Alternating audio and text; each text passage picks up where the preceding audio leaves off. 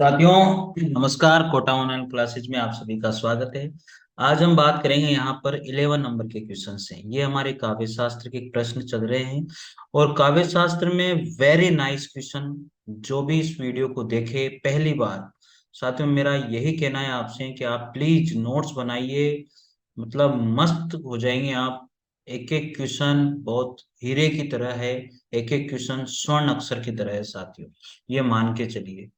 तो काव्य शास्त्र का है, बहुत अच्छा प्रश्नों का समावेश है। आप लोग इनको जरूर पढ़िए, जरूर, और जरूर प्रैक्टिस कीजिए इन क्वेश्चन की।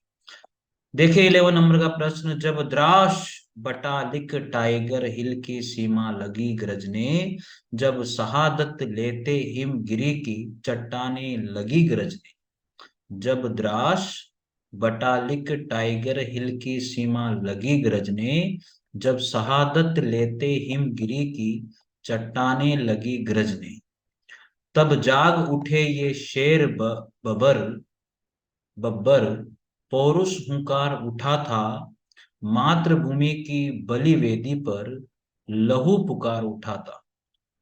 उपर्युक्त काव्य पंक्तियों में कौन सा काव्य गुण व्यंजित हो रहा है? कौन सा काव्य गुण व्यंजित हो रहा है?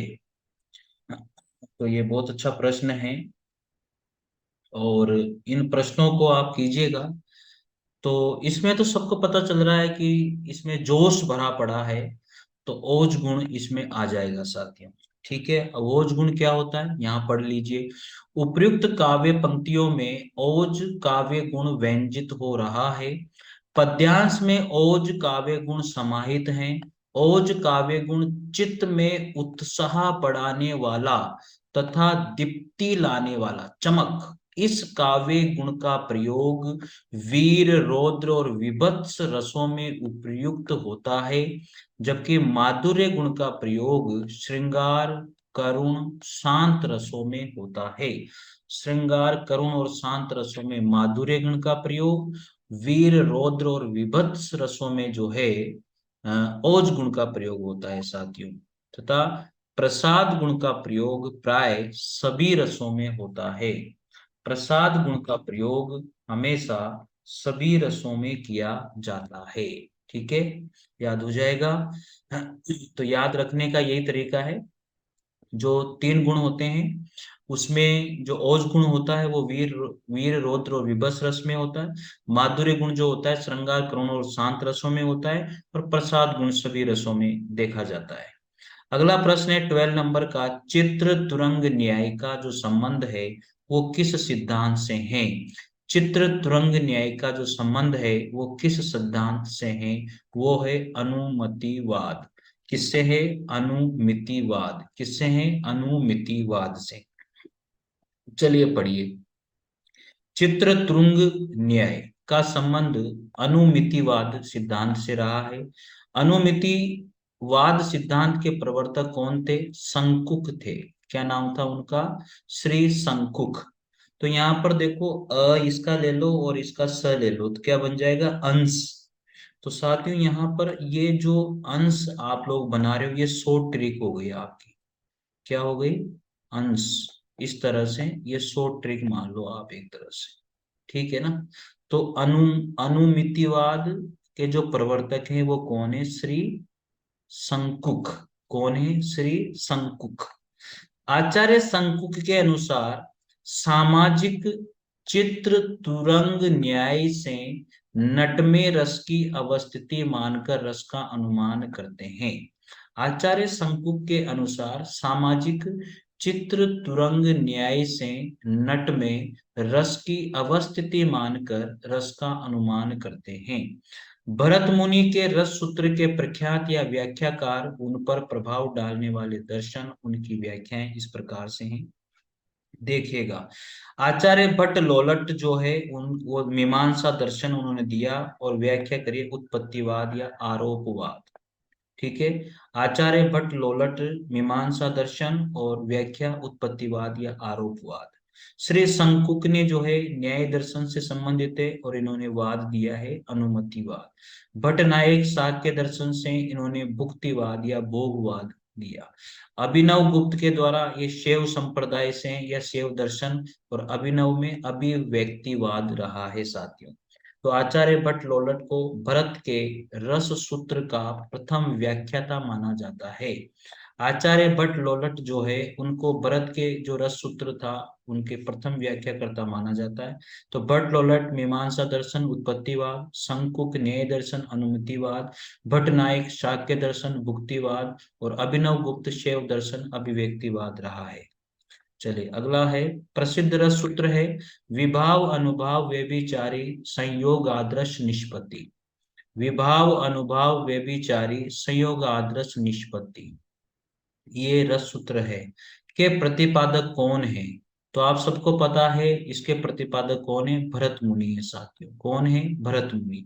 विभाव अनुभाव व्यभिचारी संयोग आदर्श निष्पत्ति, इसके प्रतिपादक आचार्य भरत मुनि रहे हैं। भरत मुनि के अनुसार विभाव अनुभाव और व्यभिचारी भाव संयोग से रस की क्या होती है, निष्पत्ति होती है। आचार्य भरत मुनि रस संप्रदाय के प्रवर्तक माने जाते हैं। तो क्वेश्चन बनता है रस संप्रदाय के प्रवर्तक किसको माना जाता है? आचार्य भरत मुनि को माना जाता है। भरत मुनि ने अपने नाट्य शास्त्र, जो नाट्य शास्त्र ग्रंथ है वो किसने लिखा? आचार्य भरत मुनि ने लिखा। में भावों की जो संख्या है वो कितनी मानी है? 49 इन्होंने कही है, जिसमें 33 तो संचारी भाव थे और 8 स्थायी भाव और शेष जो 8 है वो सात्विक भाव रहे हैं। तो भरत मुनि ने 8 रसों का उल्लेख किया है साथियों। भरत मुनि ने कितने रसों का उल्लेख किया है? 8 रसों का उल्लेख किया है। और दंडी ने भी जो है कितने रसों का उल्लेख किया है? 8 रसों का। तो भरत मुनि और दंडी दोनों ने रसों की संख्या 8 मानी है। ठीक है। अगला प्रश्न है, रुद्रट ने अलंकारवादी होते हुए भी रसों को अलंकार से भिन्न मानते हुए उसका विवेचन किया था। जो रुद्रट थे उन्होंने अलंकारवादी होते हुए भी रसों को अलंकार से क्या माना? भिन्न मानते हुए उसका विवेचन किया। इन्होंने रस के अनुकूल रीतियों और वृत्तियों के प्रयोग पर बल दिया था। रुद्रट ने शांत और प्रयाण नामक 2 रसों को जोड़कर उनकी संख्या कितनी मानी है? 10 मानी है। तो साथियों भरत मुनि ने 8 रस माने, दंडी ने 8 रस माने और यहाँ रुद्रट जो है उन्होंने रसों की संख्या जो उसमें एक शांत रस जोड़ दिया और एक प्रियान रस जोड़ दिया, तो इस तरह से उन्होंने रसों की संख्या 10 मानी। तो रुद्रट ने कितनी मानी है? 10 मानी है। ठीक है। अगला प्रश्न है 40 नंबर का, रीति संप्रदाय के जो प्रवर्तक हैं वो किसको माना जाता है? रीति संप्रदाय के प्रवर्तक जो है आचार्य भामा को माना जाता है। रिभा रिभा रीति संप्रदाय के प्रवर्तक किसको माना जाता है? आचार्य भामा को माना, नहीं भामा नहीं, वामन, रीवा। रीति संप्रदाय के प्रवर्तक किसको माना जाता है? आचार्य वामन को माना जाता है साथियों। तो याद रखिएगा रीति संप्रदाय के प्रवर्तक आचार्य वामन रहे हैं। अब यहाँ पर संप्रदाय दिए हैं, इधर इनके आचार्य दिए हैं, ठीक है, इनके प्रवर्तक दिए हुए हैं, तो आपको प्लीज याद करना है ये। रस संप्रदाय के प्रवर्तक पहले पढ़ लिया, भरत मुनि है। अलंकार संप्रदाय के प्रवर्तक आचार्य भाम है। रीति संप्रदाय के आचार्य वामन है। वक्रोति संप्रदाय के आचार्य कुंतक हैं। वकु वक्रोति संप्रदाय के आचार्य कुंतक हैं। दवनी संप्रदाय के आनंद वर्धन हैं। औचित्य संप्रदाय के क्षेमेंद्र हैं। तो रस संप्रदाय के भरत मुनि, अलंकार संप्रदाय के आचार्य भामा, रीति संप्रदाय के आचार्य वामन, वक्रोति संप्रदाय के कुंतक, ध्वनि संप्रदाय के आनंदवर्धन, औचित्य संप्रदाय के क्षेमेंद्र। साथियों वेरी वेरी इंपॉर्टेंट क्वेश्चन है और इसकी जो व्याख्या है वो और भी इंपॉर्टेंट बन जाती है, तो प्लीज आप इसे नोट कर लीजिए, अच्छा प्रश्न है। अगला प्रश्न आता है 15 नंबर का, 15 नंबर का, लोजाइनस लोनजाइनस के अनुसार इनमें से महान काव्य का उत्पत्ति कारक क्या है? लोजाइनस के अनुसार इनमें से महान काव्य का उत्पत्ति महान काव्य का उत्पत्ति कारक कौन सा है?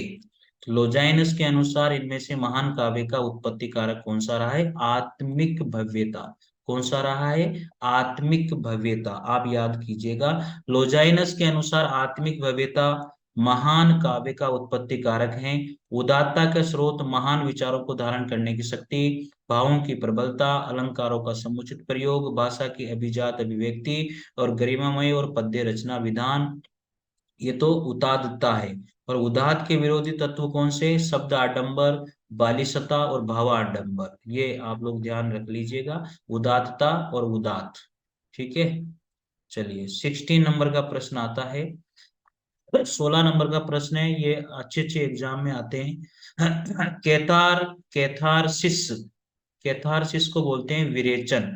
कैथारसिस मतलब विरेचन शब्द मूलतः किससे संबंधित है?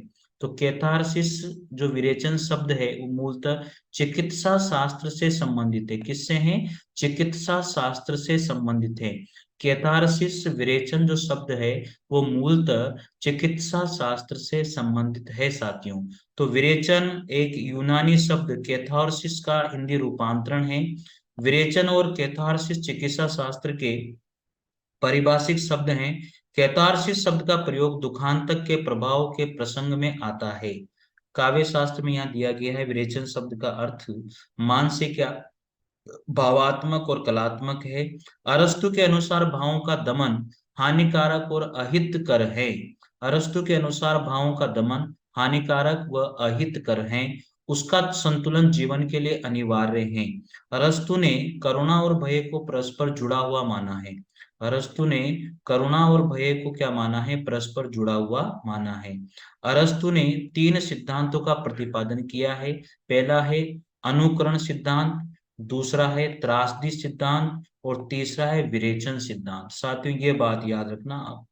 देखिए अनुकरण सिद्धांत तो आपको याद रह जाएगा क्योंकि अरस्तु से अनुकरण सिद्धांत तो रह जाएगा, लेकिन अरस्तु ने 3 सिद्धांत दिए हैं, उनका प्रतिपादन 3 सिद्धांतों का प्रतिपादन किया है। सबसे पहले अनुकरण सिद्धांत, दूसरा है त्रासदी सिद्धांत और तीसरा है विरेचन सिद्धांत। याद हो जाएगा। अरस्तु जो है करुणा और भय को परस्पर जुड़ा हुआ मानते हैं, ये भी याद हो जाएगा। और विरेचन जो है यूनानी शब्द कैथारसिस का हिंदी रूपांतरण है। विरेचन और कैथारसिस जो है वो चिकित्सा शास्त्र से परिभाषित शब्द करता है साथियों। तो अच्छा प्रश्न है भाई, मतलब बहुत खतरनाक प्रश्न है। 17 नंबर का प्रश्न है, आचार्य क्षेमेंद्र ने औचित्य के कितने अंग निर्धारित किए हैं? आचार्य क्षेमेंद्र ने औचित्य के कितने अंग निर्धारित किए हैं? उन्होंने 28 अंग निर्धारित किए हैं। कितने? 28 अंग। आचार्य जो क्षेमेंद्र रहे हैं उन्होंने औचित्य के 28 अंग निर्धारित किए हैं।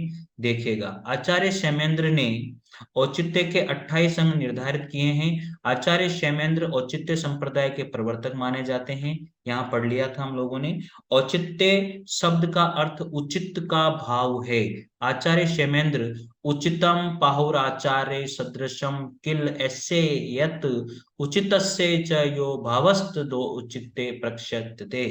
तो क्षेमेंद्र ने औचित्य को काव्य का प्राण तत्व स्वीकार किया है। क्षेमेंद्र जो है औचित्य को काव्य का प्राण तत्व स्वीकार करते हैं। क्षेमेंद्र ने लिखा है औचित्यम रस सिद्धस्य स्थिरम काव्यस्य जीवितम। औचित्य रस सिद्धस्य स्थिरम काव्यस्य जीवितम, यानी कि रस जो है उसका प्राण तत्व है औचित्य साथियों। ठीक है, आचार्य क्षेमेंद्र के औचित्य के जो है 28 तत्व यहाँ पर दिए गए हैं, आप लोग इनको पढ़ लीजिएगा।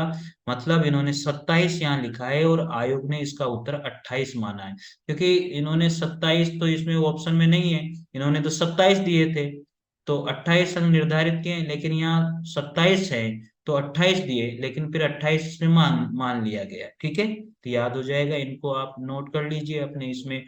पद, वाक्य, प्रबंध, गुण, अलंकार, रस, क्रिया, कारक, लिंग, वचन, विशेषण, उपसर्ग, निपात, देश, काल, कुल, व्रत, तत्व, सत्व, अभिप्राय, विभाव, सार, संग्रह, प्रतिभा, विचार, नाम, आशीर्वचन, प्रत्यय, इस तरह से 27 अंग जो है क्षेमेंद्र ने दिए हैं औचित्य के, लेकिन आयोग ने 18 माने थे, 28 माने थे। ठीक है।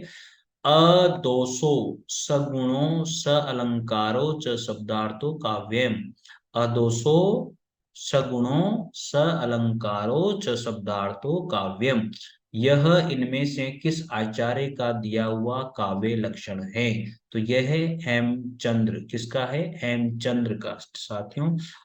दोषो सगुणो स अलंकारो च शब्दार्थो काव्यम, किसका है? हेमचंद्र का।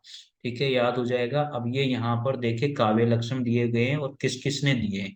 तो हेमचंद्र ने दिया है अदोषो सगुणो स अलंकारो च शब्दार्थो काव्यम। साथ ही इसमें देखना अदोषो तो हेमचंद्र, तो अ से थोड़ा सा सिमिलर इस तरह से कर लेना। से ह,